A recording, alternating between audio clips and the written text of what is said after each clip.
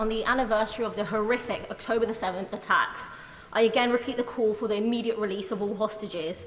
And in light of Israel's genocidal assault in Gaza, the violence in the West Bank and the invasion of Lebanon, I asked the Prime Minister if he believes that Israel's right to self-defense justifies a death toll, according to research by US medical professionals who have worked in Gaza, has now surpassed 118,000, as well as the 2,000 people killed in Lebanon. And will he do what is morally and legally right and end the government's complicity in war crimes by banning all arms sales to Israel, including F-35 fighter jets, not just 30 licences, yes or no? Minister. No. But it is a really serious point.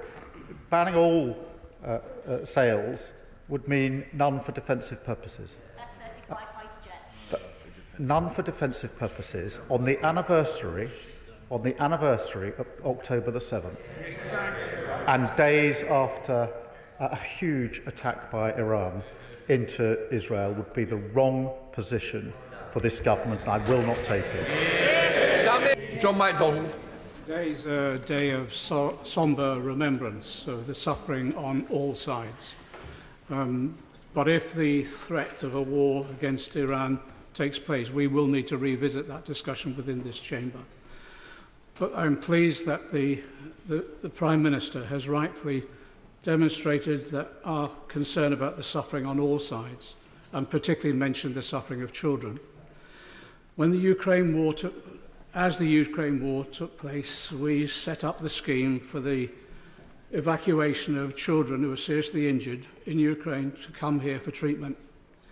In January, I raised the prospect of that scheme being introduced for Palestinian children and others.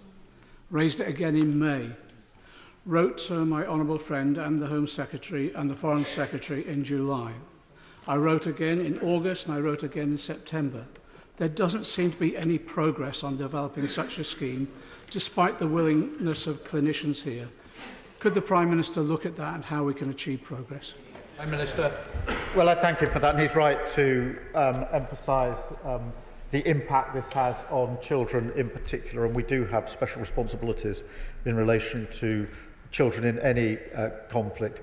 The first step to protecting children is to create the conditions for a ceasefire, is to de-escalate, which is why, working with our allies, we are spending so much time on that de-escalation and finding a route through to a ceasefire.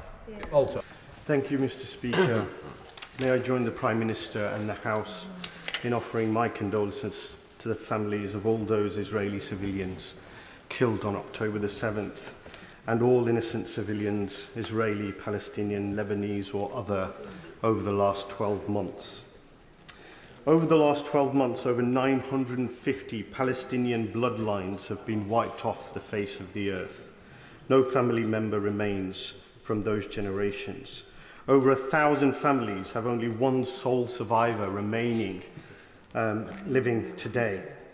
What message does the Prime Minister have for the British Palestinians and the surviving Palestinians in the affected region, and what is he doing to protect them from the same fate as the 42,000 and counting? There's been far too much bloodshed and killing, far too many children orphaned, and I give my assurance that we will do everything we can, and we are doing everything we can, to de-escalate, to bring about the ceasefire, to allow much-needed aid to go in, hostages to come out. But I absolutely understand the strength of the point that he puts to me. Thank you, Mr. Speaker. The tragedy of the deaths a year ago have now been compounded by tens of thousands more deaths in Gaza, the West Bank and in Lebanon. Gaza is now reduced to a place of rubble and famine and thirst and premature death, and lots of children looking for their families. The bombs that have rained down on Gaza and other places are in part supplied by this country. The International Court of Justice and the International Criminal Court have both made very strong opinions on the whole situation there. will the Prime Minister revisit the whole situation of the sale of British arms that are being used to bomb Gaza and kill wholly innocent Palestinian civilians? We've set out our position that domestic law is clear, international law is clear, and we've taken our decision and put a summary of that before the House. Ayub Khan. Thank you, Mr. Speaker. Can I also join the Prime Minister in offering my condolences to the families of all those killed and continue to be killed? I also join the Prime Minister in relation to release of hostages, and all hostages, including those children that are held in the Israeli detention centres without charge and without any legal representation.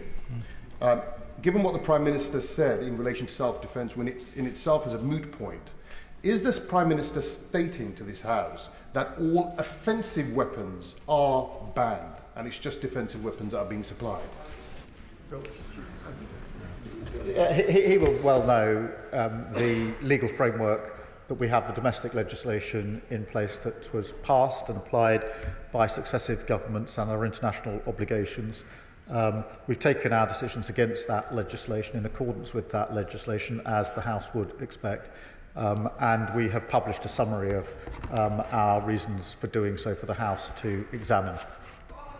Afsana Begum. It is with profound sadness that we take stock of the past year, in which 1,200 Israelis were killed by Hamas's horrific attack, and over 41,000 Palestinians and thousands in Lebanon that have been killed by the Israeli military onslaught. Does the Prime Minister agree with me that all lives should be cherished, Israeli, Palestinian and Lebanese, and that nothing can ever justify the deliberate targeting of civilians and civilian infrastructure? And will he join me in calling for a ceasefire and accountability in the region of the Middle East? Prime Minister.